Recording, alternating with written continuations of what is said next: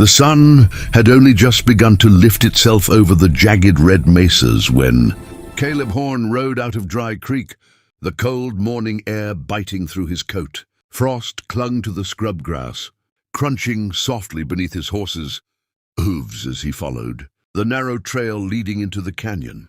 Winter was closing in fast, and the town's smokehouses were nearly empty. Caleb needed meat, and he needed it badly. Deer tracks cut clean lines through the frozen soil, fresh and promising, and he moved with the quiet patience of a man who had hunted these lands since boyhood. The stillness of the canyon was deep, almost unnatural. Even the birds seemed to hold their breath. Caleb slowed his horse, scanning the rocks and brush, his rifle resting easy in his hands. Just as he was about to dismount, a sharp crack split the silence. A gunshot, but not from his rifle. The sound echoed off the canyon walls, followed by a faint, broken cry that made his blood run cold. It wasn't the sound of a wounded animal. It was human. Caleb hesitated. Everyone in Dry Creek knew these lands were Apache territory. A lone cowboy had no business poking around after hearing a gunshot, especially one fired by the army. But the cry came again, weaker this time, and against his better judgment, Caleb tied his horse and moved toward the sound, boots careful against the stone. Behind a line of boulders he found her. An Apache woman lay crumpled in the dirt, one hand pressed tightly against her side. Blood darkened her buckskin dress, seeping through her fingers.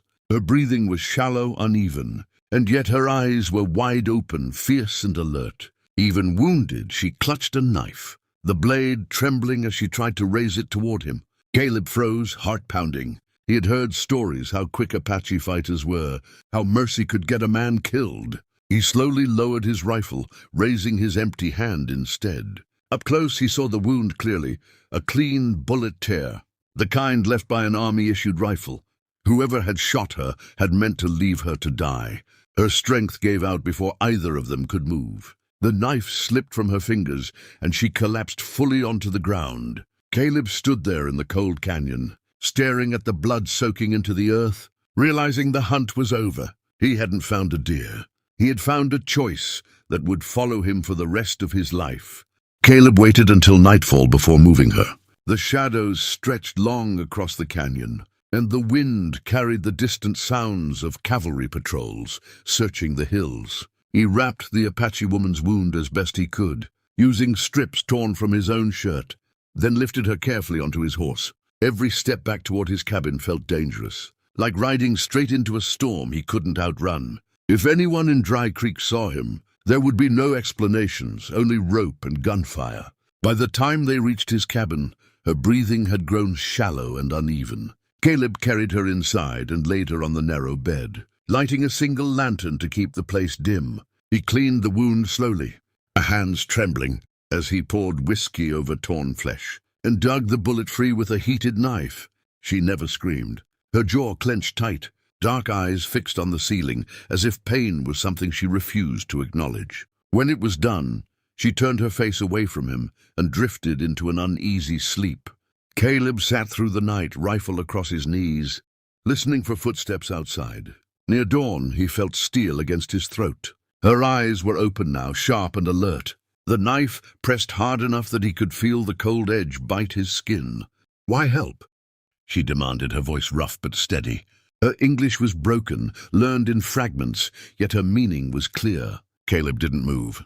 "Because you were left to die," he said quietly. "And because the men who shot you won't stop with you."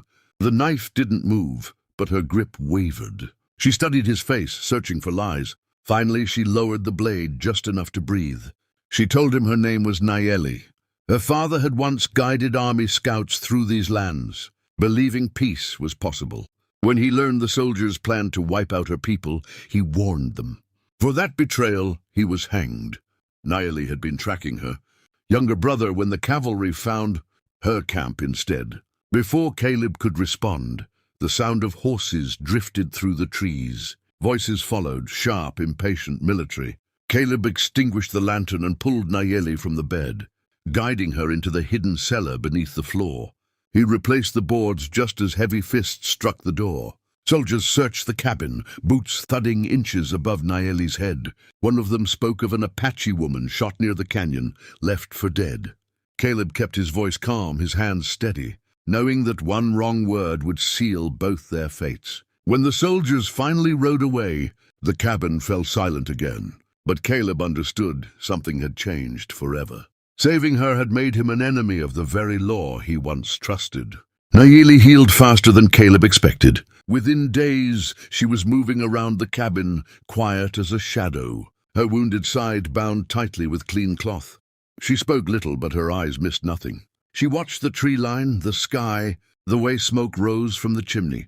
Always alert, always listening, Caleb could feel the weight of her presence, not as a burden, but as a reminder that danger was no longer something that stayed outside his door. The danger came at night. The first glow on the horizon looked like a sunrise where none should have been. By the time the smell of smoke reached the cabin, shouts echoed across the prairie. Dry Creek was burning. Flames leapt into the sky, painting the darkness orange, and rifle shots cracked like thunder. Caleb knew instantly what it meant. The soldiers hadn't stopped hunting. They were cleaning up, erasing anyone who might speak of what they'd done in the canyon. Nayeli understood before he spoke. She grabbed her knife, jaw set, eyes hard. There was no time to argue.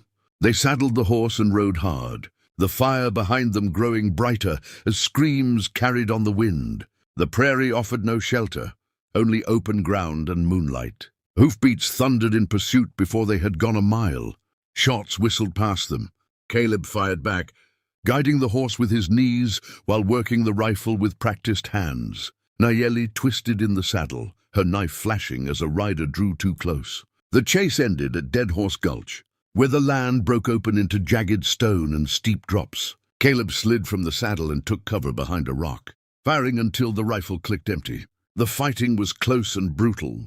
Steel met flesh. Gunfire echoed and died. When the dust settled, bodies lay scattered in the gulch, uniforms stained dark in the moonlight. Caleb's ears rang as he turned to find Nayeli on her knees, blood soaking through her bandage once more. A bullet had torn through her side again, and this time she was pale, her strength fading fast. She pressed her hand against his chest, leaving a smear of blood on his shirt. "You should have left me," she said, her voice barely a whisper. Caleb shook his head, pulling her into his arms as the cold wind swept through the gulch. "This land has taken enough lives," he said. "I'm not adding yours to it." As he lifted her, knowing the journey ahead might kill them both, Caleb realized there was no turning back. The prairie had chosen their path, and it was written in blood. Caleb rode for 2 days without stopping, pushing the horse until its sides heaved and foam gathered at the bit. Nayeli drifted in and out of consciousness, her weight sagging against him, her breathing shallow but steady enough to keep hope alive. He followed the old trails only a few men knew, paths etched into the land long before Dry Creek ever existed. By the time the mountains rose ahead of them, his hands were blistered and his vision blurred from exhaustion. They reached Apache territory at dawn. The rocks seemed to move as figures emerged from the shadows. Rifles leveled, faces hard and unreadable. Caleb eased off the horse slowly and raised his hands. Death felt close enough to touch. Nayeli stirred, lifting her head just enough to see her people. She spoke in her language, her voice weak but fierce, telling them of the ambush, the burning of Dry Creek, and the man who had carried her when her own strength failed. The warriors listened in silence. One of them stepped forward, older than the rest, his hair streaked with gray, his gaze heavy with years of loss. He studied Caleb for a long moment, then ordered Nayeli taken to the healers. As they carried her away, Caleb felt the emptiness of the last days crash down on him. He had no weapon, no home, and no certainty he would see another sunrise. The elder returned as the sun climbed higher.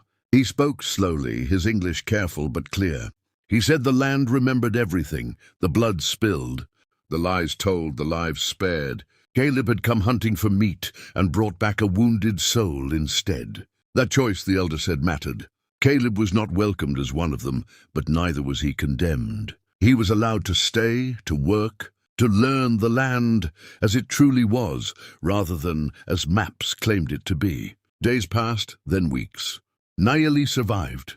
When she walked again, she stood beside Caleb at the edge of the camp, watching the horizon where smoke no longer rose. The Wild West did not change overnight. Soldiers still rode, towns still burned, and hatred still found its way into the dust. But somewhere between the mesas and the mountains, a story took root. A story of a cowboy who crossed a line he was never meant to cross. Not with a gun, but with compassion. And in a land built on violence, that quiet act became its own kind of legend.